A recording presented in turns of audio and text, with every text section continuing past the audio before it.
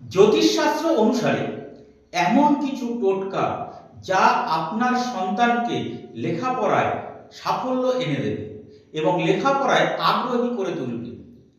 এর জন্য আপনাকে সরস্বতী পুজোর দিনে একটি নতুন আলতা এবং একটি জগডুমুরের ডাল এক টুকরো ঠিক কলমের মতো করে ওই ডালটিকে কেটে নিতে হবে এবং একটি বটের পাতা আনতে হবে।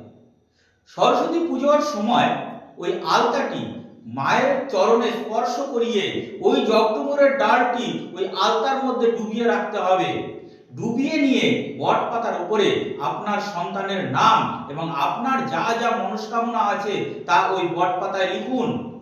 লিখে মায়ের পায়ে বা মায়ের চরণে অর্পণ করুন। পুজো শেষে ওই বট পাতাটি আপনি যে কোনো স্রোতযুক্ত জলে ভাসিয়ে দিন।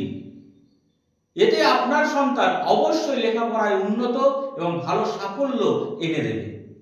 ধন্যবাদ।